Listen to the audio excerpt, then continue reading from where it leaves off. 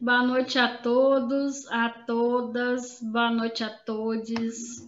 Estamos aqui hoje, mais uma quarta-feira, para o nosso Círculo Bíblico do CBES. Eu sou Vânia do Amor Divino, e eu estou falando aqui a partir de Cariacica. E hoje a gente está junto para refletir a respeito das novas masculinidades e a Bíblia. E o que a Bíblia tem a nos dizer a respeito deste tema. Boa noite, sejam bem-vindos. Já estamos aqui com 11 pessoas que estão online com a gente. Boa noite, Roseli. Boa noite, Angelita. Boa noite, Fátima. Sejam todos bem-vindos, bem-vindas. Boa noite, Fatinha. Boa noite, Hildo. Boa noite, Manuel. Se apresentem, por favor. Então, boa noite a todos e todas. Boa noite àqueles que estão nos acompanhando direto de casa, nessa noite. E, então, conforme todos já sabem, né, como toda quarta-feira, nós estamos aqui, reunidos online, por causa da pandemia. E nossa sala, toda quarta-feira, está funcionando, de 9 às 16 horas, e nós estamos aqui, então, mais uma vez, para um encontro de Círculo Bíblico online, como a gente já vem fazendo desde maio do ano passado. Então, conforme a Vânia já nos recordou, né, então, nosso assunto hoje é exatamente novas masculinidades e a Bíblia. Eu sou o Padre Manuel Davi Neto, estou falando aqui de Vitória, da Paróquia São Pedro, né? Estou falando da capital do Espírito Santo, né? Então, nós queremos agora convidar também o nosso irmão um pouquinho mais de longe para se apresentar, né? Lá direto do sul do país, nosso amigo, nosso irmão Wildo. Bem, boa noite a toda a comunidade. com alegria estar nessa roda de conversa hoje. E eu estou falando de São Leopoldo, fica perto de Porto Alegre, no Rio Grande do Sul. Estamos saindo de uns dias de muito frio que tivemos, aqui faz inverno, e então gostaríamos hoje de compartilhar com vocês uma reflexão a partir da Bíblia sobre masculinidades humanizadas, não violentas. Vamos ver então se dá tempo para a gente trocar algumas ideias sobre o assunto. Boa noite a cada uma, a cada um. Você viu, né, Vânia, que a Tiana disse que também já estava aí online. Boa noite, Tiana. A gente está vendo que você está aqui conosco. Temos muita gente de longe e de perto, né? A Vânia, lá do Paraná, também já está aqui conosco. E a gente acolhe, sim, todas e todos com muito carinho. Eu sou a Fatinha, estou falando de Vila Velha. E vamos seguir aqui com o Hildo e com cada qual para que a gente possa refletir bem sobre essa temática tão importante.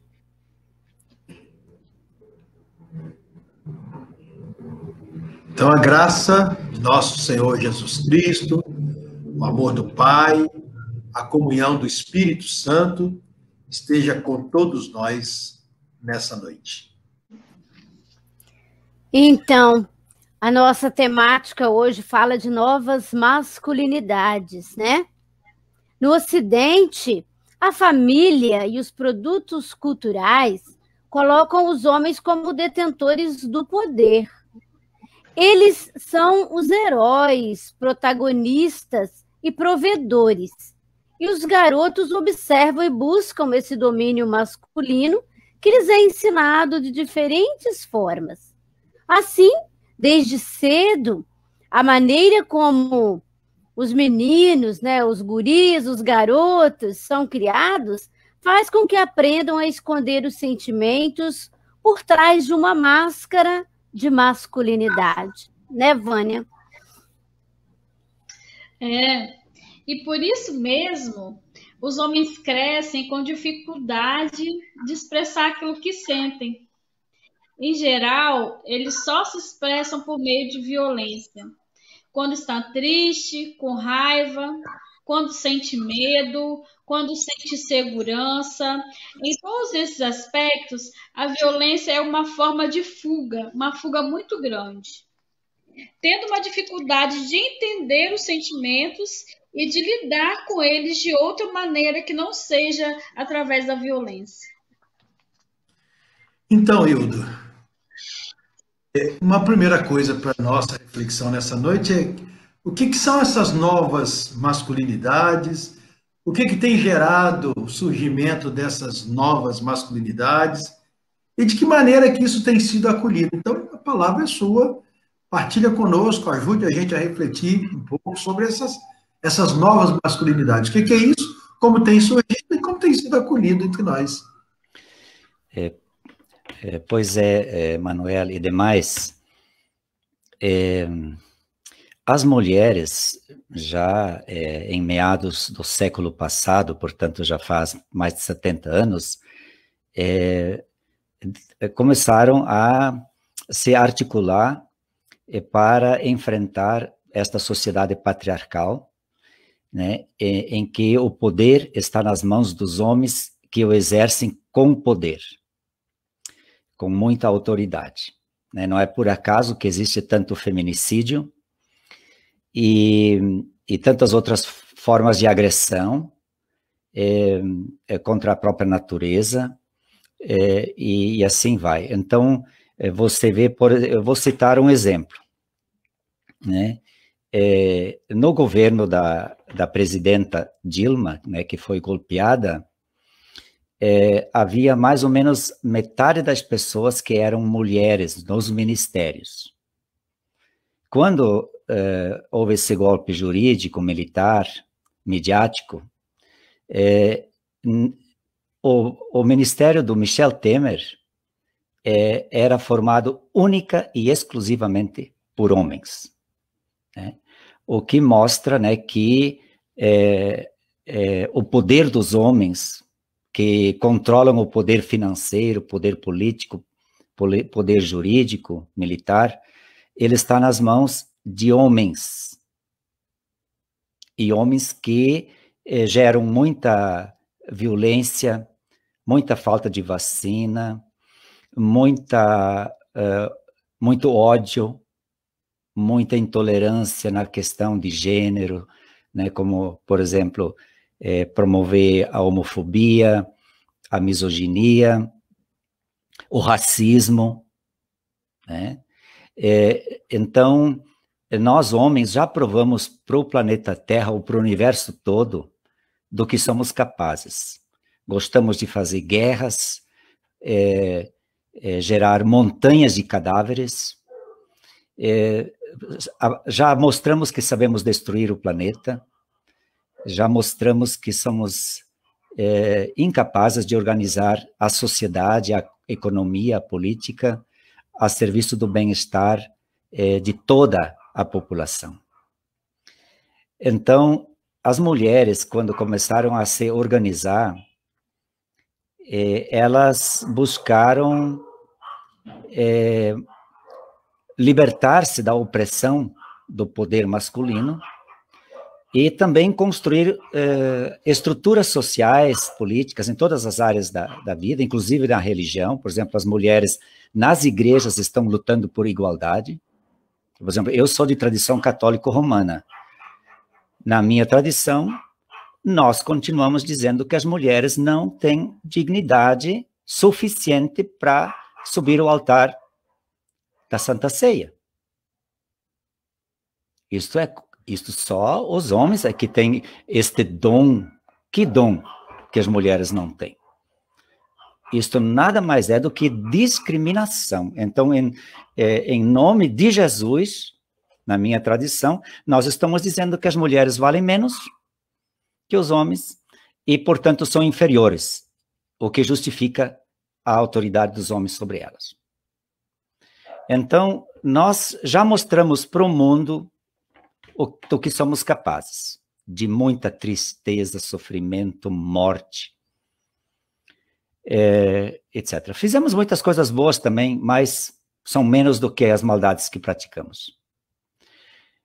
Por isso, em primeiro lugar, temos que agradecer, Manuel, às mulheres, porque ao elas buscarem libertar-se da dominação que nós, como homens, como classe masculina, exercemos sobre elas, e não só nas nossas atitudes, no machismo, né, que é a parte mais visível, né, do patriarcado, mas nas estruturas, porque o patriarcado está intrinsecamente dentro das estruturas, né?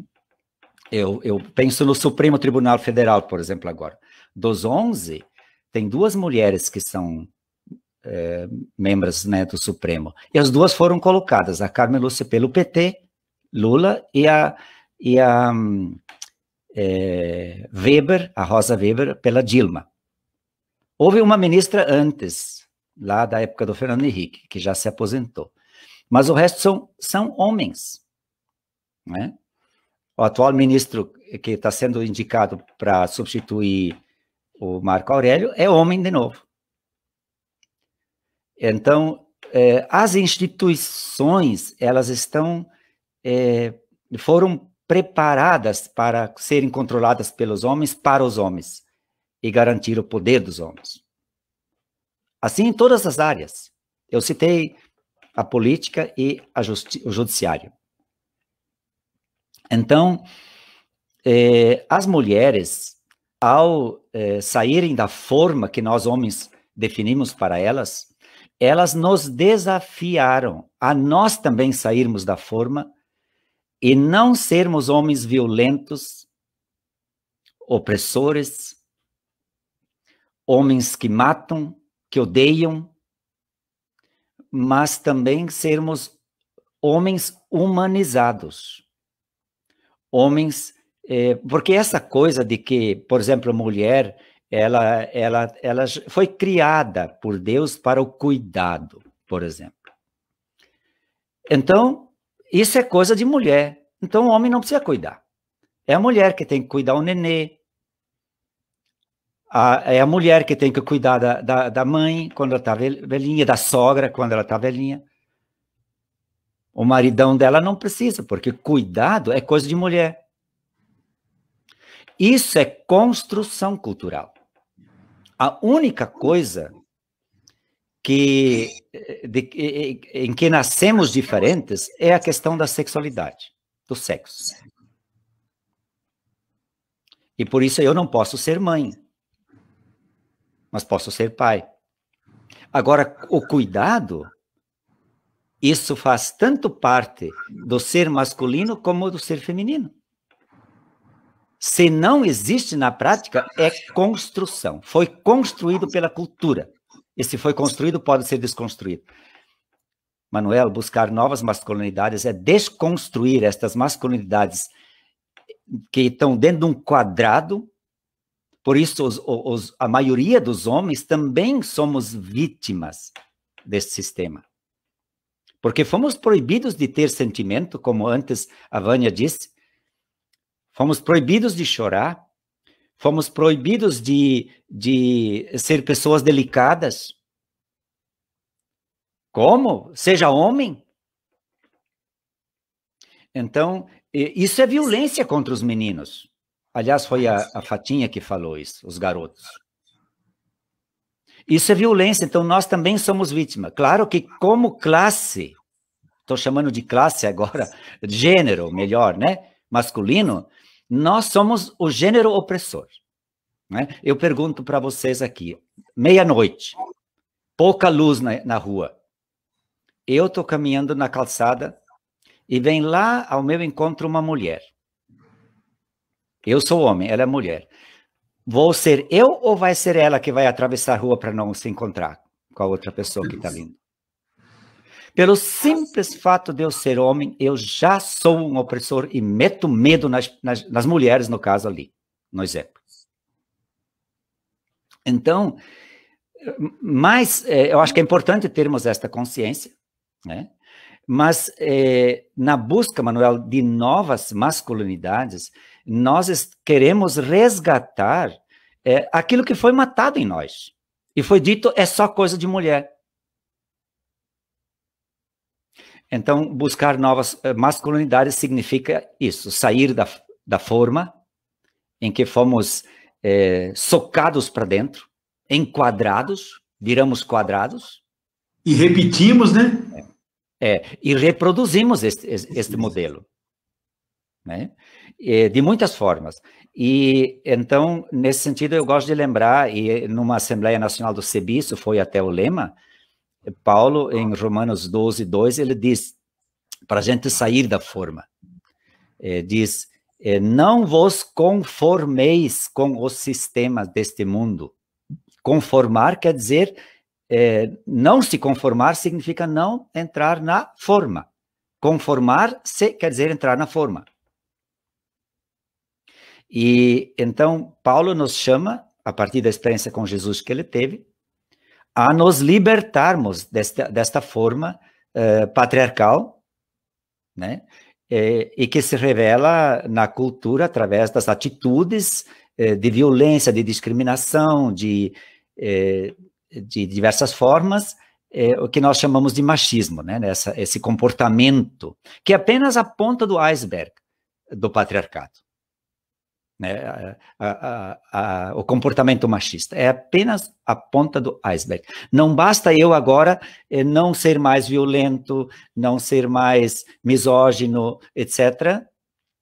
É preciso transformar todas as instituições, de modo que, de fato, também os homens possam viver a sua humanidade e não ser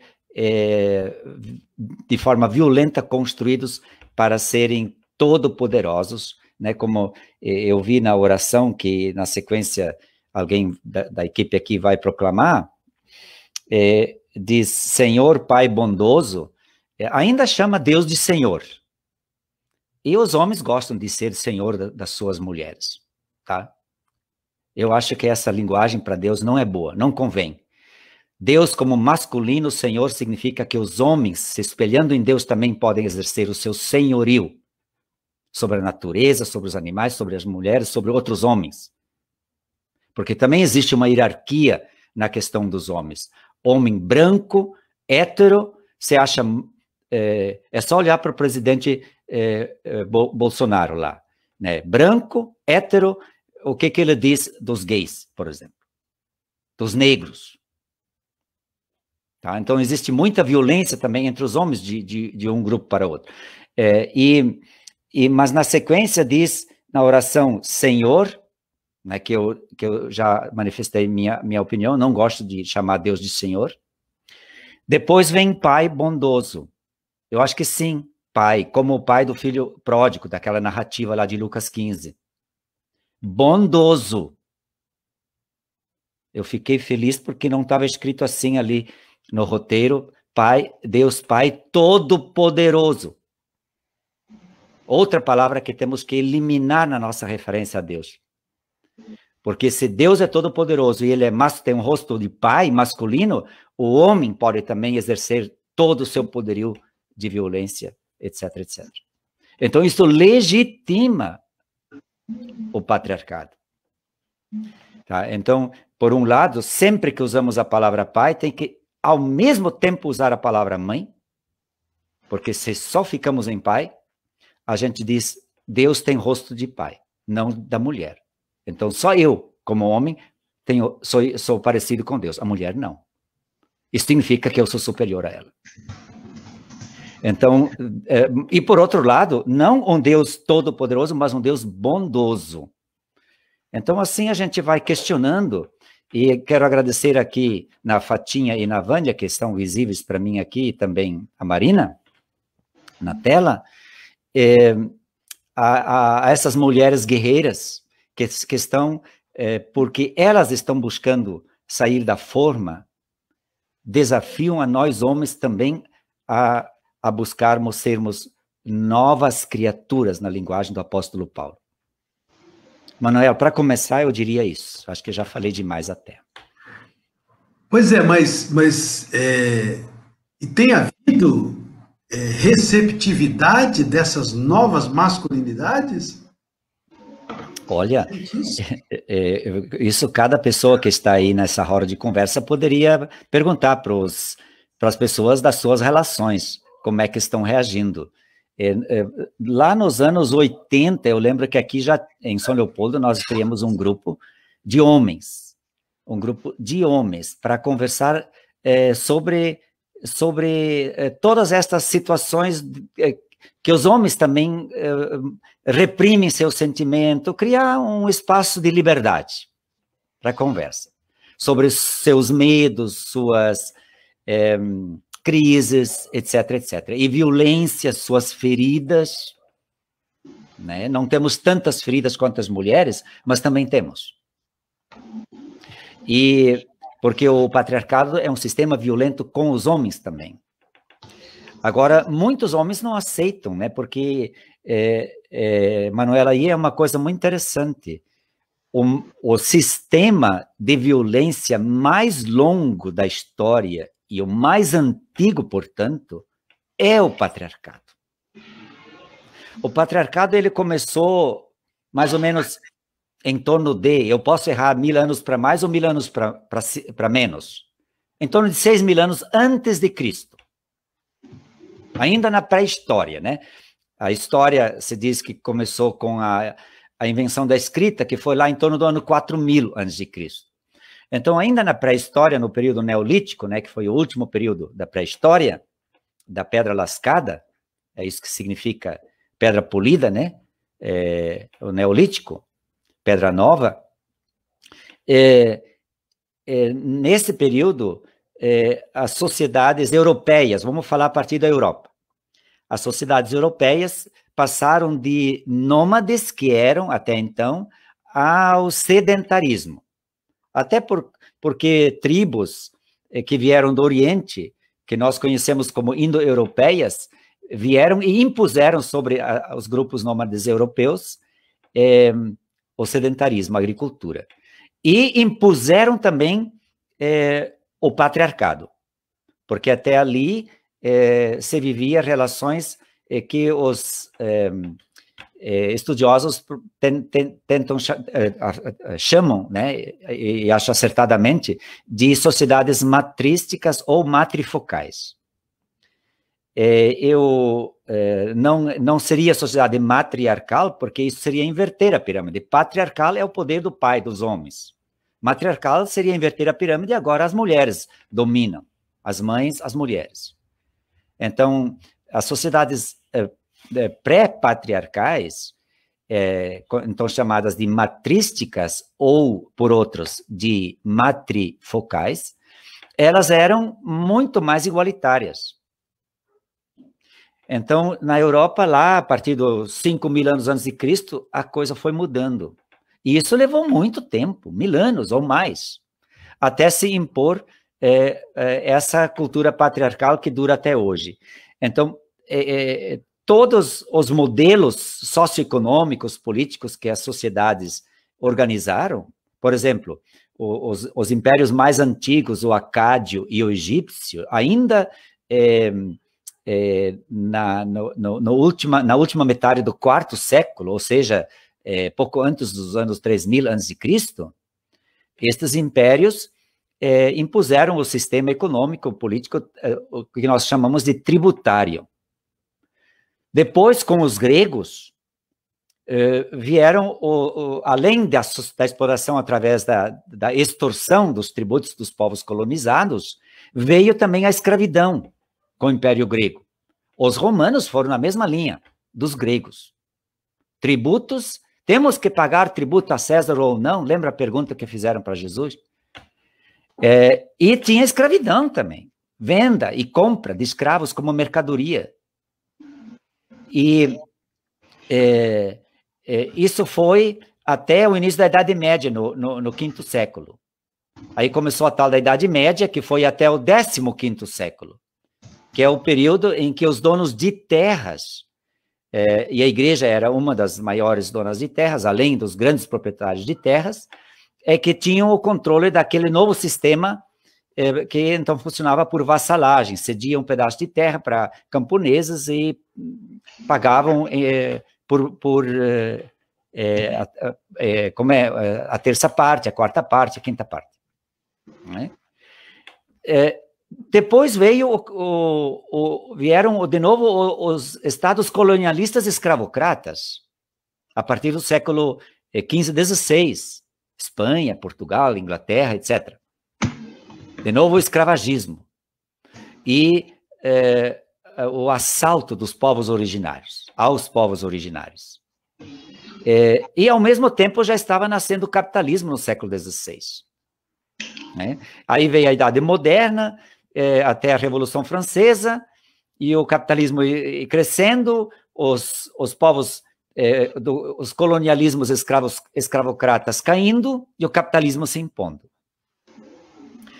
Depois veio a Idade Contemporânea, e agora já estamos na pós-moderna, né? E o capitalismo agora sob a forma de neoliberalismo, né? E nem as sociedades socialistas conseguiram erradicar o patriarcado. Ele até hoje continua. Veja, Manuel, que os sistemas foram se sucedendo e o patriarcado ficou firme lá.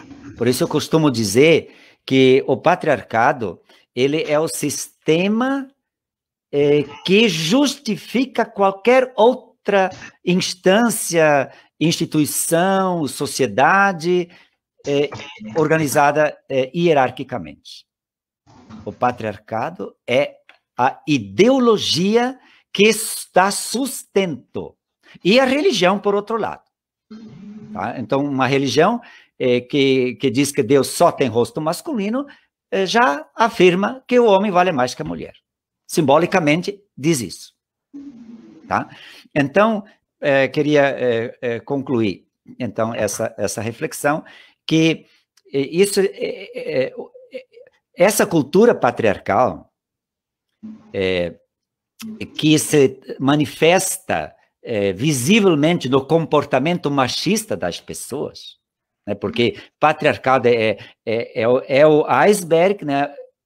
E o comportamento machista apenas como a ponta do iceberg. Essa cultura está tão entranhada que muitos homens resistem e não querem. Mas muitos homens estão aderindo. E eu pergunto a vocês, mulheres e homens aqui que estão participando dessa conversa.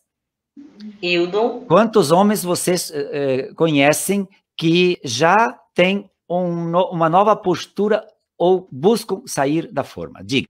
Então, nós queremos reunir agora, nesse momento, cada uma das preocupações que a gente ouviu daqui, levantar para todos nós, né? Essas preocupações, essas dores, esses sofrimentos estão presentes nessa nossa sociedade patriarcal. Convido a você, meu irmão, minha irmã, que está participando conosco, mesmo que você não mande sua mensagem, sua prece, mas que agora possa dirigir-se a Deus de maneira muito especial. E aqui nós queremos fazer presente, especialmente a Ivonete, que hoje deu mais um cunhado, né, nesse tempo difícil que nós estamos vivendo. Então, a nossa prece, de maneira muito especial, nossa solidariedade com a Ivonete, né, que é do CEBI Espírito Santo. Oremos.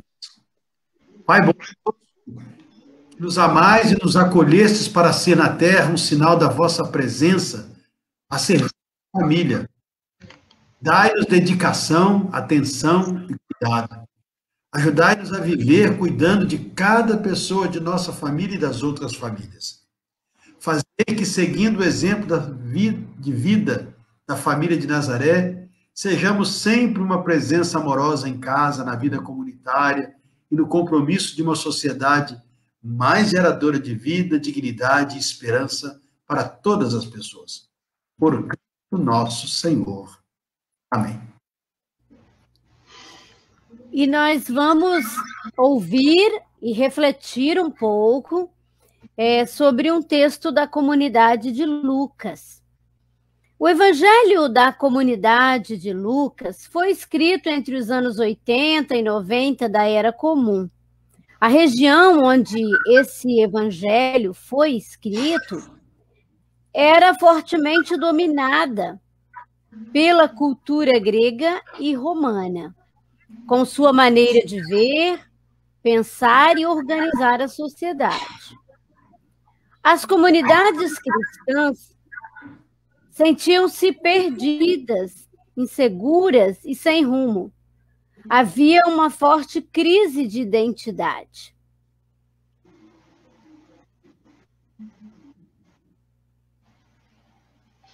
Manuel, o seu microfone. Tem sempre isso.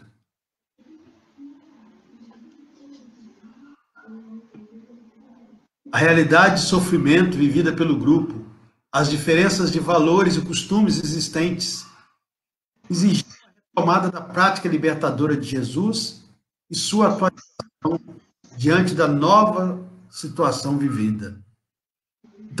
A mudança de comportamento hoje é visível já no cuidado com as pessoas que estão caídas à margem.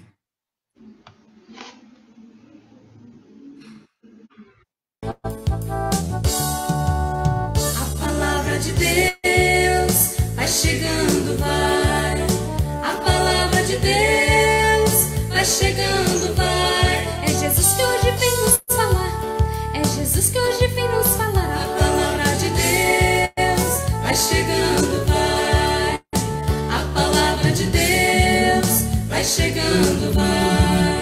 A palavra de Deus vai chegando, vai. É palavra de Deus aos pequenos. É palavra de Deus aos pequenos. A palavra de Deus vai chegando, vai.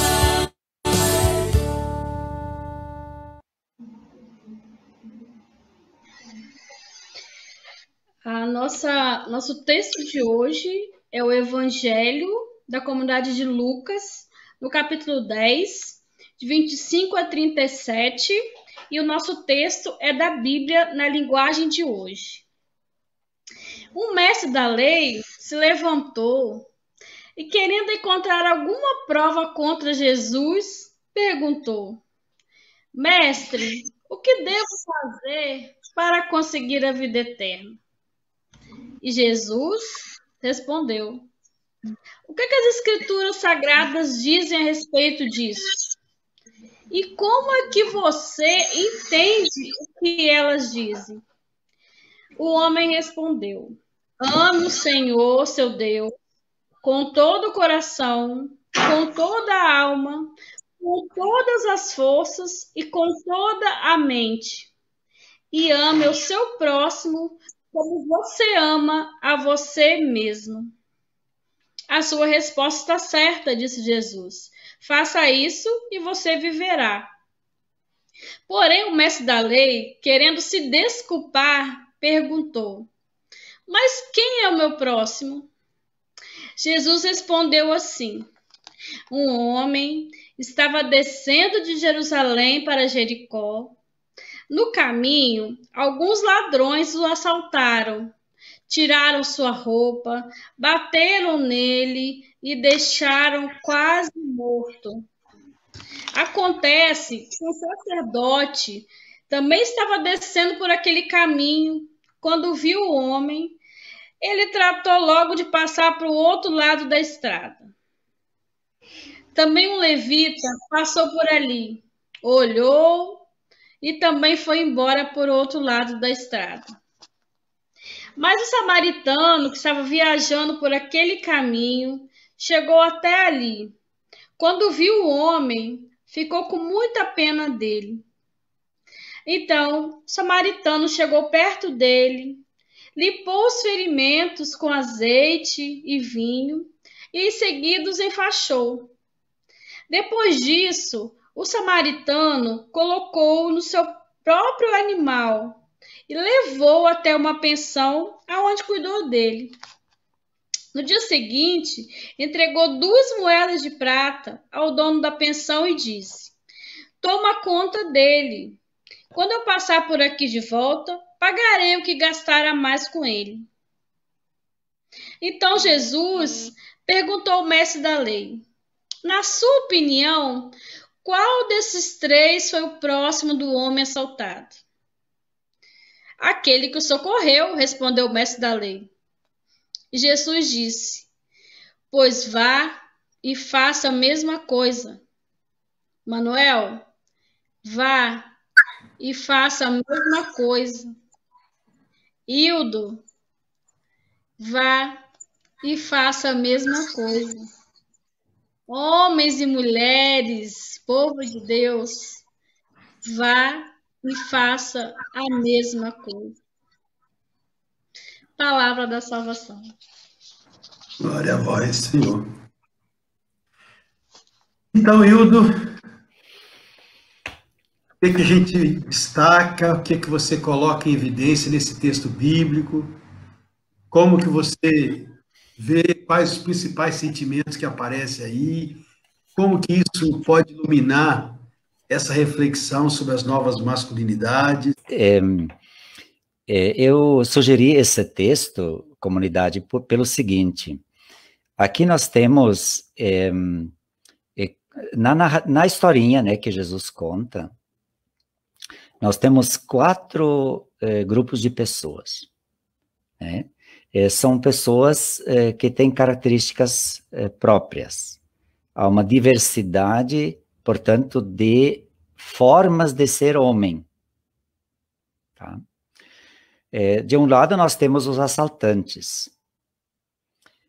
A gente pode imaginar que é como hoje, né, os assaltantes que arrancam a sacola do ombro das mulheres, por exemplo, que estão na rua e saem correndo, até chamam pega ladrão, né, para disfarçar, etc.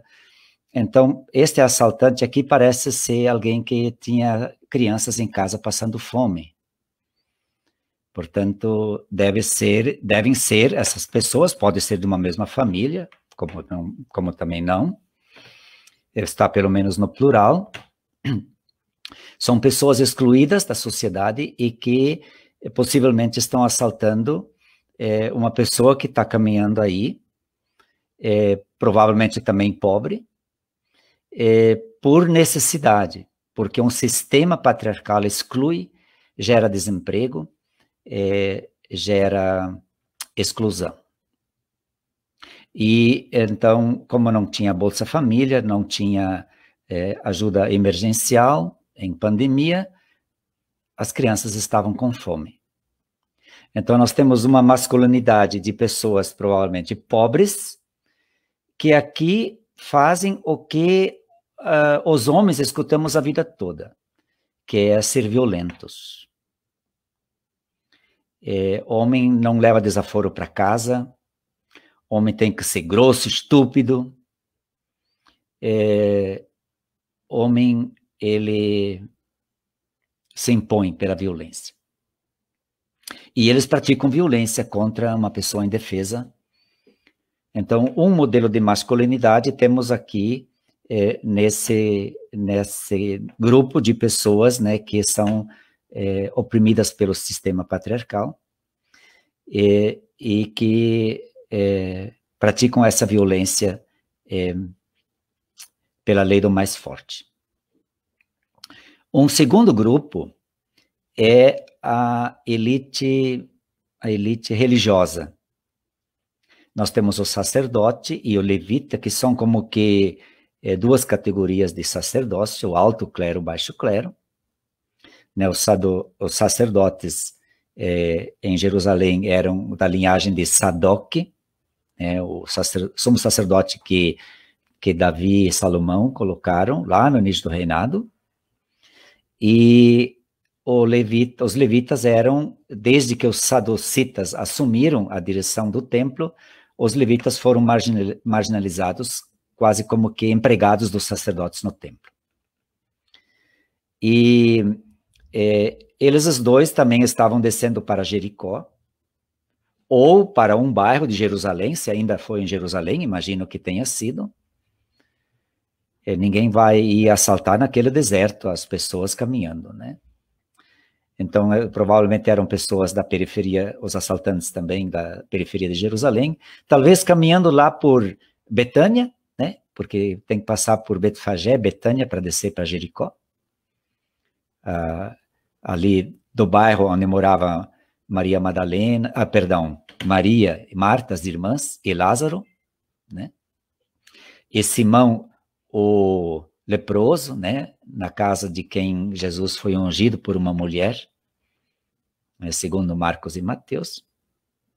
E então os sacerdotes talvez fossem aí para uma sinagoga, né, nessa periferia de Jerusalém, para fazer um encontro na comunidade sinagogal. Nesse sentido, até é bonito o sacerdócio indo para a periferia. Em todo caso, eles primavam por uma masculinidade, a masculinidade do puro. Eles evitavam a todo custo, como se consideravam os eleitos por Deus para uma missão sagrada, evitavam a todo custo o contágio com o impuro. E, por exemplo, tocar numa pessoa que está aí atirada na beira do caminho, e sangrando, ferida, significava tornar-se impuro. E eles queriam manter este seu status. Então, outro tipo de masculinidade, né, dos limpinhos, cheirosos, diríamos hoje, né, na nossa sociedade também. E eles são fiéis cumpridores da lei, então são os bons, pessoas de bem, como hoje se diz, né? As pessoas de bem, hoje também, que governam o país, também se dizem pessoas de bem. E eles, então, veem o coitado aí atirado, gemendo, e vão para outra margem da estrada, do caminho, para passar longe dele. E vão embora. Então, este é um segundo modelo de masculinidade que nós temos. Uma masculinidade sem coração, uma masculinidade para quem o rito sagrado estava acima da vida das pessoas e colocavam muito mais no seu foco o formalismo religioso e não o cuidado da vida. Tá? Temos, então, um terceiro grupo, que seriam, ampliando para um coletivo, as vítimas, né? Do assalto aí. Alguém que descia para Jericó e foi vítima de assalto e que precisa de cuidado. A gente não tem muito como caracterizar, né, essa vítima, porque aqui ela não tem nenhuma atitude, ela é pega de surpresa, assaltada, e se torna uma pessoa sem reação, imobilizada, aí, à beira do caminho. É apenas uma pessoa necessitada de cuidado. Podemos dizer assim que ela aceita o cuidado de um homem, né? Porque hoje em dia, viu, Manuela, aquelas pessoas que não aceitam novas masculinidades, Deus me livre, você dá um abraço nele, muito menos um beijo.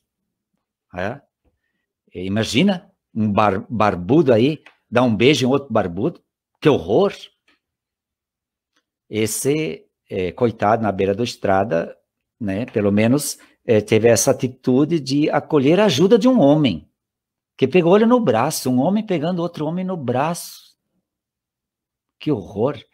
Tem homem aqui, ainda temos desses homens que, se soubessem que teriam que ir nos braços de outro homem, iam fugir. Imagina? E então seria outra masculinidade de novo, né, outro modelo. Podemos dizer assim, humanizado por necessidade, né? Mas pode também não ser por necessidade. Talvez já tenha saído da forma, né? E um quarto modelo de ser homem, jeito novo de ser homem, então, do samaritano. Você perguntou, Manuel, né, que sentimentos aparecem ali de masculinidades alternativas. Eu diria assim que duas palavras-chave para isso. O cuidado, porque ali diz que tem vários verbos para definir o que esse rapaz fez. E ainda um rapaz que era odiado, considerado impuro, idólatra pelo sacerdote, pelo levita. De quem se esperaria, do ponto de vista judeu, que houvesse solidariedade naquele momento, seria justamente o sacerdote do levita. Coisa que eles não esperariam de um idólatra, de um impuro, quando na narrativa Jesus justamente apresenta aquele de quem não se espera, então apresenta ele como aquele que exerce o cuidado, justamente. Então, além de ele ver e não passar para outra margem do caminho, como fizeram o sacerdote e o levita, ele se aproximou-se. Então, é importante a gente olhar os verbos que tem no texto. Diz aí que ele viu, aproximou-se, compadeceu-se, teve compaixão. Então, Manuel, este sentimento que eu acho fundamental, entre outros. Ter compaixão, para muitos machos nesta sociedade patriarcal, é coisa de mulher. Homem não tem que ter compaixão de ninguém. Então, compadecer-se, e a palavra grega aqui, o verbo, né, ter compaixão, compadecer-se, tem na sua raiz a palavra entranhas, ou seja, é um sentimento que vem de dentro, das entranhas. que vem do profundo do ser. Essa é a palavra, o verbo grego usado. E então, e aqui é um homem que exerce a compaixão, que se compadece. Então, nós temos uma masculinidade alternativa aqui. Então, além de compadecer-se, ele limpou as feridas do rapaz, e ele estava com vinho e óleo de oliva, e usou o óleo de oliva e o vinho para lavar as feridas, o óleo como remédio, enfaixou, né, as feridas, depois pegou nos braços o rapaz, colocou no próprio animal e foi para uma hospedaria. E lá passou a noite com ele, cuidando dele. O texto diz, e ele levou para a hospedaria e dele cuidou. Ficou a noite inteira do lado da cama cuidando dele. Esta, então, é a segunda característica, Manuel e demais, que acho fundamental. O cuidado no patriarcado também é coisa de mulher. Você pode olhar a proporção de enfermeiras em relação a enfermeiros. A proporção de cuidadoras de idosos para cuidadores,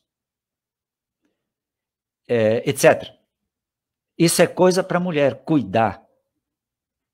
Então, a mulher cuidar do marido, cuidar do sogro, da sogra, da mãe, do pai. Se não é casada, quando os pais ficam idosos, ela vai cuidar dos pais. Vai cuidar dos sobrinhos, etc. Aqui, quem exerce esse comportamento, essa atitude do cuidado, é um homem. E fica a noite toda ao pé da cama, cuidando do rapaz. Porque o texto diz que no dia seguinte, ele seguiu viagem. E ainda deixou o salário de 2 dias, 2 denários, para pagar o hospedeiro, e disse para ele, cuida dele, ou seja, me substitui no cuidado. Seja homem diferente. Cuide. E caso você gastar mais do que esses 2 denários, quando eu voltar, eu passo aqui e te pago até com juros. Aliás, isso não está escrito lá, não. Vou pagar o que você gastou a mais, né? Ainda. Então, vejam, aqui, isso que eu queria então destacar. Esta masculinidade, especialmente do samaritano, um homem excluído na sociedade judaica daquela época, pelo menos da parte das elites judaicas, dos grupos religiosos mais fervorosos ou fanatizados. Imagino que o povo simples judeu não tinha esse tipo de preconceito também. Mas é esse homem profundamente marginalizado, e ainda hoje os palestinos, que representam os samaritanos da época, são todos os dias violentados, né?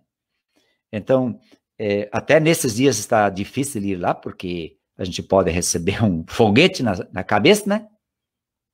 Ainda essa semana passada, o final de semana, bombardearam Gaza, lá, o Estado de Israel, genocida, como temos genocida no Brasil também lá, um Estado genocida contra os palestinos. Na época era contra os samaritanos. E este palestino, aqui chamado samaritano, ele se mostra uma pessoa humanizada, fora da forma patriarcal.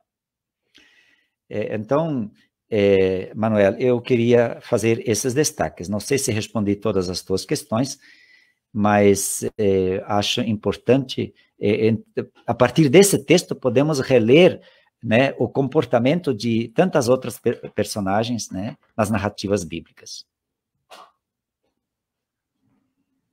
E como que isso pode nos ajudar, né? Ajudar nesse surgimento dessas novas masculinidades. Né? Pois é. Hildo, Diga. quando a gente lê aqui, ame ao seu próximo como você ama você mesmo. Então, assim, eu fazendo uma leitura de tudo que você disse, da masculinidade, do patriarcado, então talvez a gente pode dizer que falta o homem amar a si mesmo primeiro, para depois ele alcançar, chegar a amar o próximo, que já seria um passo à frente. Talvez esse homem não tá se entendendo, não está chegando enquanto pessoa, enquanto imagem de pertencimento de um grupo, não como sendo parte de um todo, né? Como sendo próximo, mas como também alguém sendo seu próximo. Então, quando a gente vê aqui no texto, e ame o seu próximo como você ama a si mesmo. Então, para você amar o seu próximo como você ama a si mesmo, você tem que se amar, né? Se você também você está amando, pode ser que você esteja amando o próximo excluindo, deixando para lá, porque você também não está se cuidando. Né? Isso que a gente vê muito também, né? Que o homem ele não vai ao médico, ele não vai. A gente vê na rua, ele não usa máscara, ele não tem a questão da violência, a questão. Então, assim, tá faltando também um pouco do próprio homem virar um pouco essa mesa, vamos dizer assim, né? Porque como você falou que as mulheres já vêm saindo da forma há um tempo, e o homem, como que ele está saindo dessa forma? Como ele está procurando se amar? Como ele está procurando amar esse próximo? Como que você acha que vai ser esse caminho? Tá longe, tá perto, tá indo, tem um grupo que tá indo, tem um grupo que não tá? Como que você vê esse processo aí do homem, de sair dessa forma? É importante, Vânia, né, termos presente, né, de que nem oprimidos, nem opressores somos pessoas livres, né? Ambos precisamos nos libertar. E eu acho que o primeiro passo é nós, homens, nos darmos conta, né, da forma em que fomos enquadrados. Porque muitos homens se sentem confortáveis na forma. Até porque o formato, né, proposto para o homem, ele é um formato de privilégios, de poder.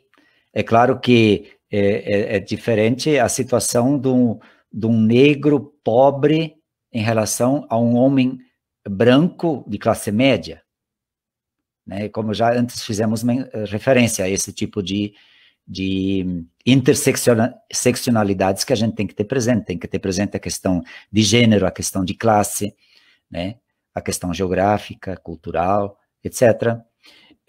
Mas uma primeira coisa é darmos-nos conta de que nós fomos enquadrados e que nós temos uma precisão, uma necessidade de sair desta forma. É por isso a palavra formação, ela é problemática, né? Formação é colocar alguém dentro de uma forma. É desformatar, em vez de formatar. E quando nós criamos consciência de que temos necessidade de nos humanizar, de manifestar nossos sentimentos, de sermos também pessoas delicadas, de sermos pessoas cuidadoras, pessoas não misóginas, pessoas não machistas, não objetificar as mulheres e ninguém. Nós damos um segundo passo. Buscamos sair em busca de novas atitudes. Vai ter muitas críticas, porque tem gente que não aceita novas masculinidades. E vai te criticar, porque vai te chamar de pessoa que não é homem suficiente, né?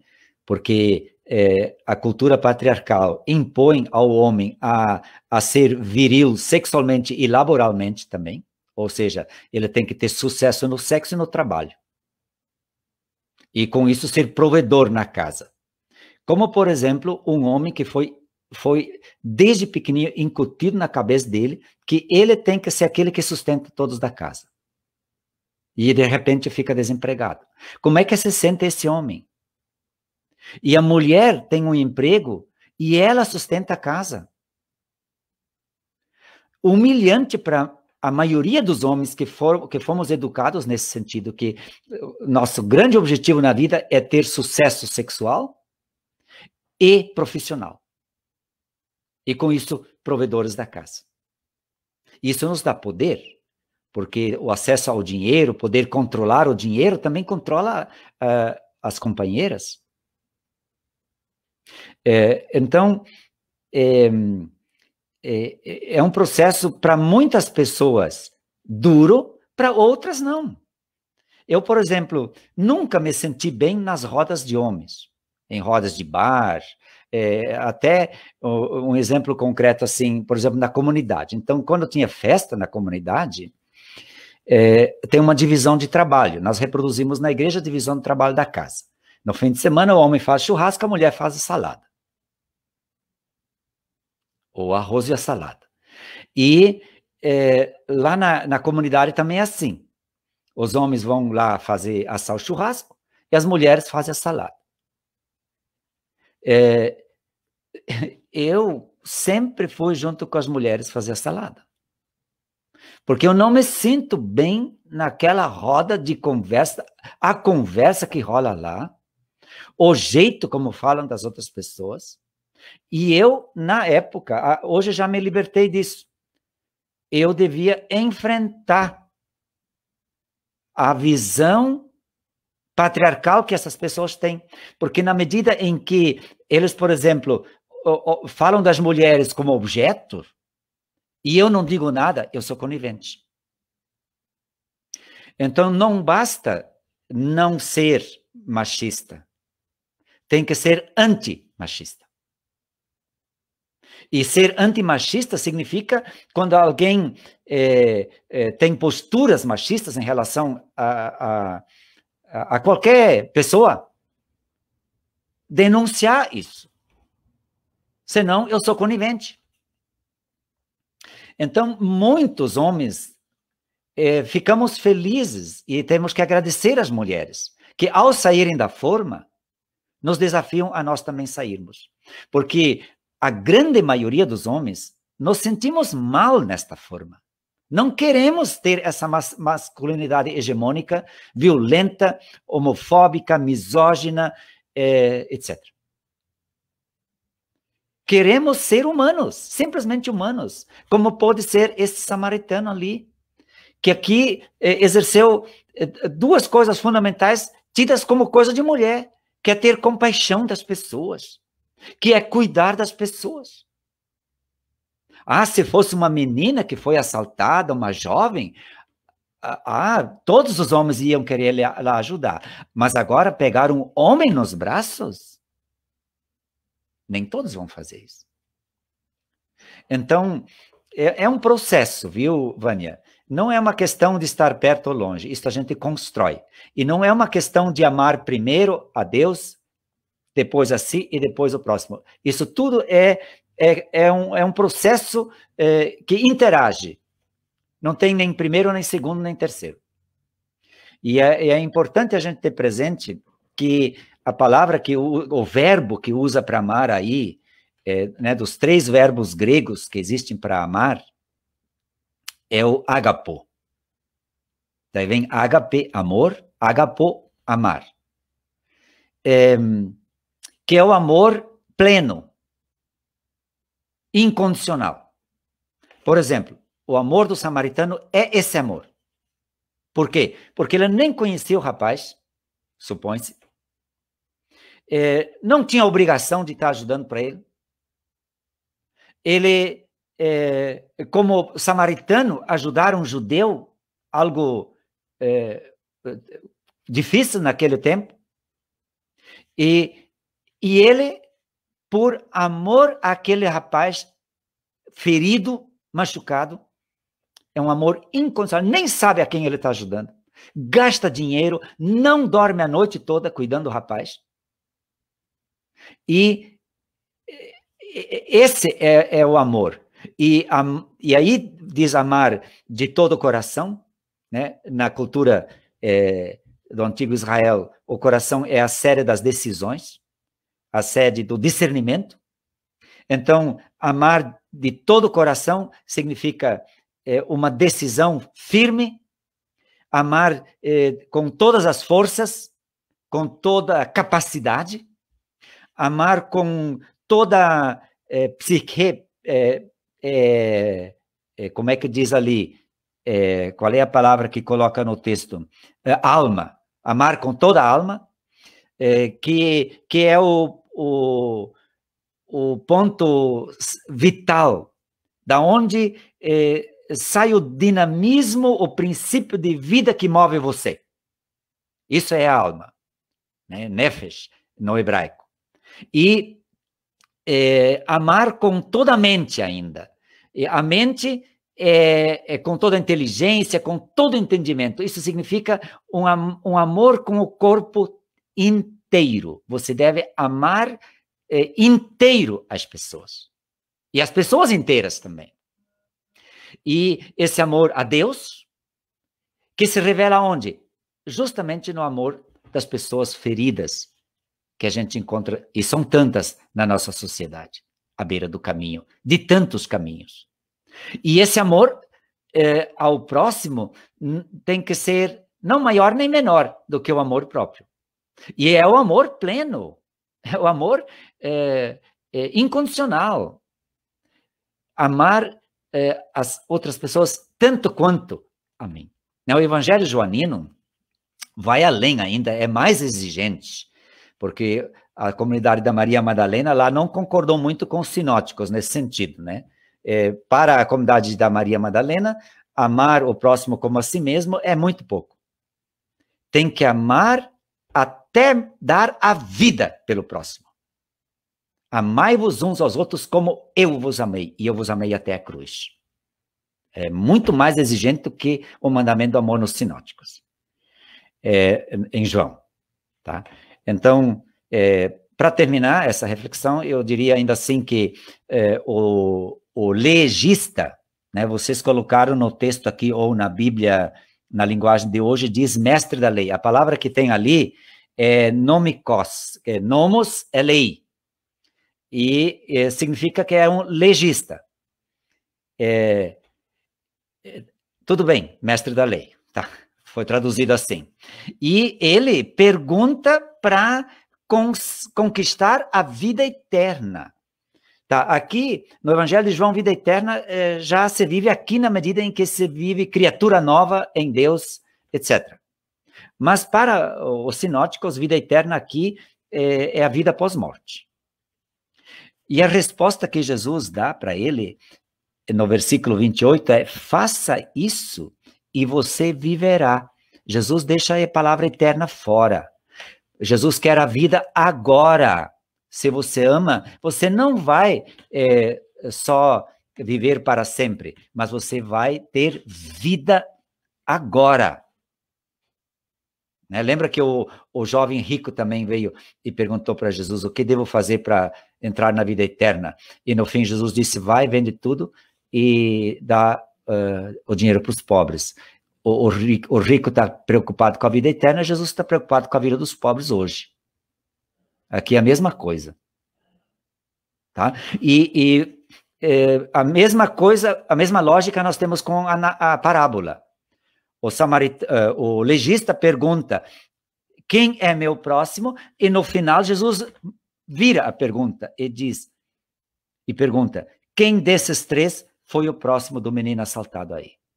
Então a questão não é procurar um próximo, quem é meu próximo, está aqui, está ali, etc.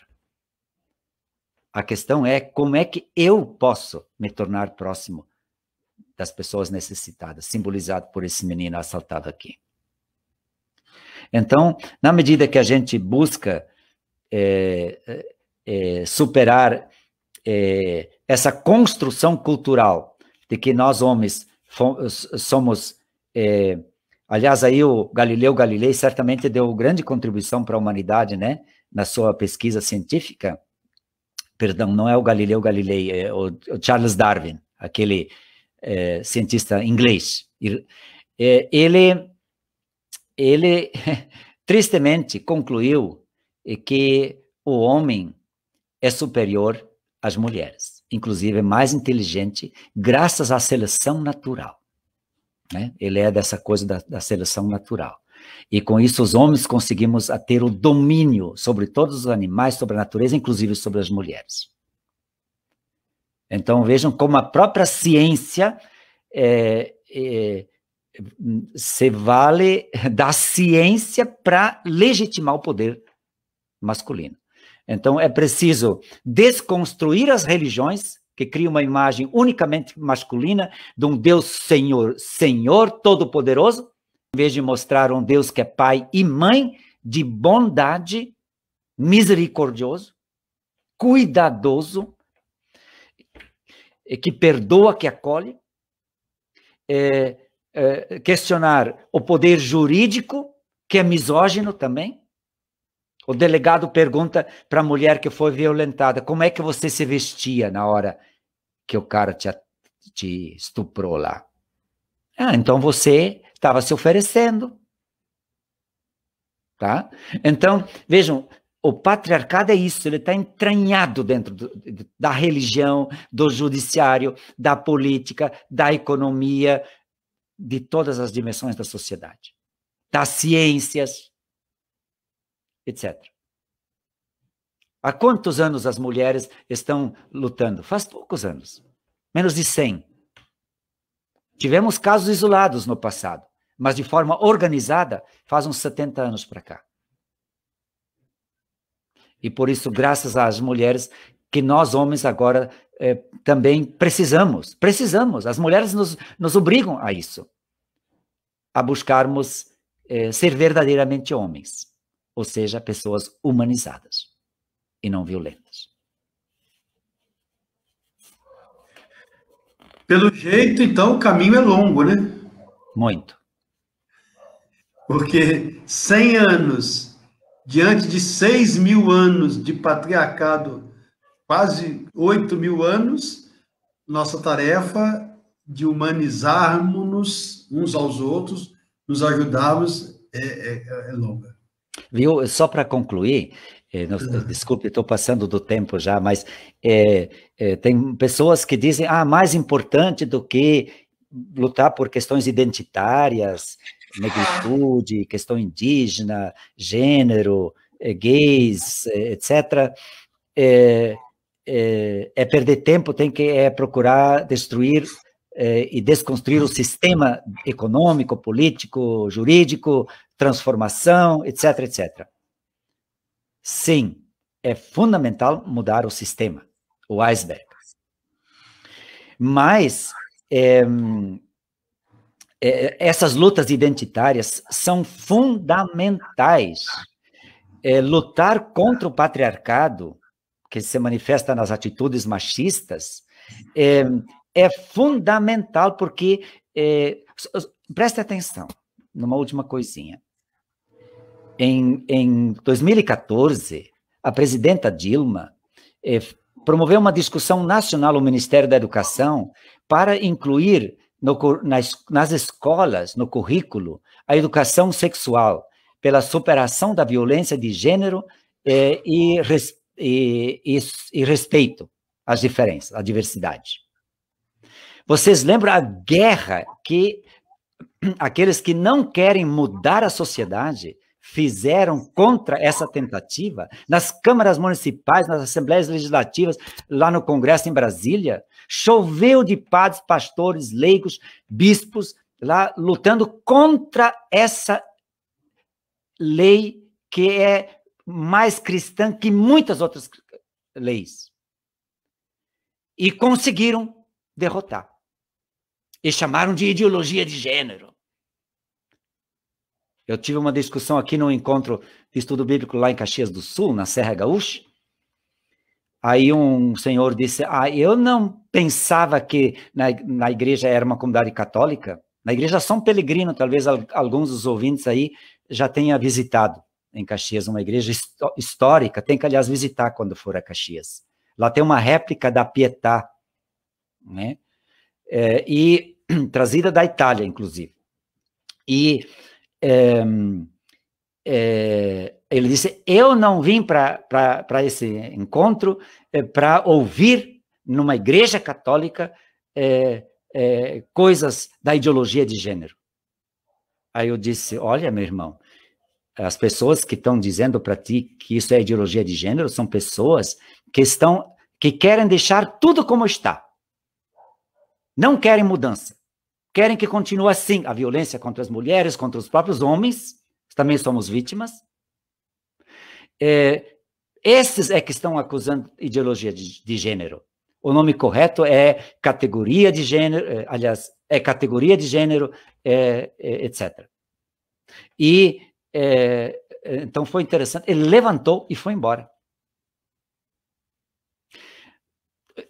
Manuel, este é um exemplo de pessoa que tem dificuldade, e a mulher dele ela ficou. Tinha 2 encontros, no encontro seguinte, ele veio, ele estava na primeira fila no primeiro, no segundo nem vi que ele tinha aparecido, era um grupo grande. No final, eu morei 1 ano em Caxias, então tenho um monte de conhecidos lá, a gente ficou conversando, várias pessoas, nos despedimos, eu ainda vinha para casa de noite, são 100 quilômetros aqui de São Leopoldo, e tinha um rapaz ali, que estava esperando as pessoas dar um abraço, dar o tchau. Aí, de repente, eu vi, o cara, meu Deus, o que ele estava esperando por último para, não sei, ou para me dar um soco, ou para me dar um abraço, né? Eu disse, o que vai vir aí? Ele veio pedir desculpas pela atitude que ele teve. Em 1 semana, aquilo mexeu com ele, certamente terá falado com mais pessoas, inclusive acho que a mulher dele ajudou, e certamente hoje é um homem diferente. Então é um processo que para algumas pessoas é dolorido, porque estão tão dentro da forma que para arrancar tem que machucar, senão não sai. Outras, estamos esperando que alguém nos ajude a tirar de lá. E fazemos festa. Então, é uma diversidade assim, né? Para uns fácil, esperando que a libertação chegue, para outros difícil. E nunca vão sair. Ao contrário, vão pregar ainda uma tábua por cima para não sair. É isso. O desafio está colocado para todos nós, né? Homens e mulheres, para nos ajudar nessa tarefa de sairmos dessa forma e construirmos uma nova humanidade, novas masculinidades, um novo comportamento, uma nova maneira de ser e de agir nesse mundo. E Jesus é o modelo principal de um homem recriado, uma nova criatura que teve posturas, tanto das características atribuídas à mulher, que não são só dela, também são de homem, como características que culturalmente foram construídas só para homem, mas também são de mulher.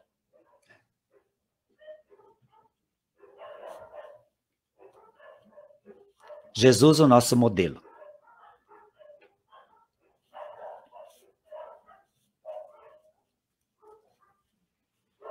Nós queremos muito agradecer, né, de maneira muito especial ao Hildo, por essa reflexão, por esse momento de partilha, de desconstrução de algumas ideias que ainda estão conosco, na nossa cabeça, na nossa sociedade, e nós queremos agradecer de maneira muito especial a você por essa partilha conosco nessa noite. É o início de uma nova etapa também na reflexão, não só o CEBI está fazendo essa reflexão, mas aqueles que querem continuar fazendo essa reflexão. Fatinha, você ia mostrar o que, Fatinha? Então, eu ia mostrar um dos livros que o CEBI tem, que fala sobre as masculinidades e seus caminhos. E na divulgação desse círculo bíblico, nós colocamos também um outro livro que se chama Novas Masculinidades, que inclusive o Hildo, que é o organizador, né? Então, o CEBI tem mais livros, mas tem esse que eu estou mostrando, e o Novas Masculinidades, que aí a pessoa que quer aprofundar, assim, além das conversas, que são muito importantes, além de criar grupos, momentos de conversa como essa, também a gente pode ler textos de pessoas que nos ajudam nessa reflexão. Então, era mostrar esse livro, né? Mas elas estão chegando, é o podcast que nós estamos fazendo, trabalhando com mulheres nomeadas no Primeiro Testamento. Esse ano nós fizemos essa escolha. Toda segunda-feira tem um podcast, um áudio, né?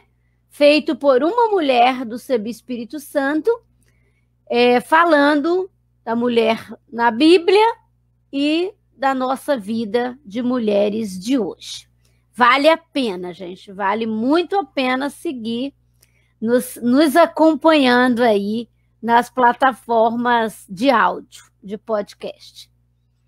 E aí temos na tela também o curso sobre a comunidade da galáxia, né? A carta à comunidade da galáxia.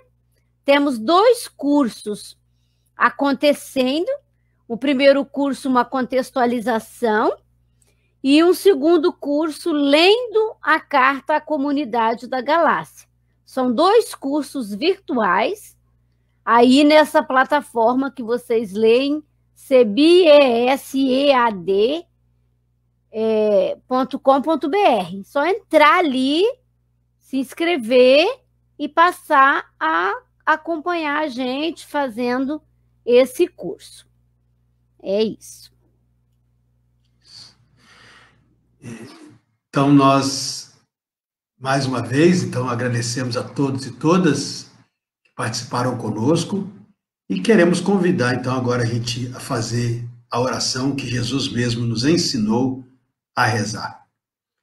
Pai nosso, que estais nos céus, santificado seja o vosso nome, venha a nós o vosso reino, seja feita a vossa vontade, assim na terra como no céu.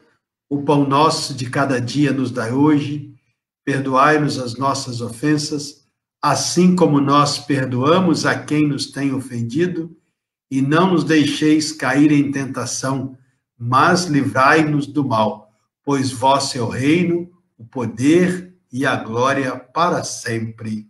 Amém.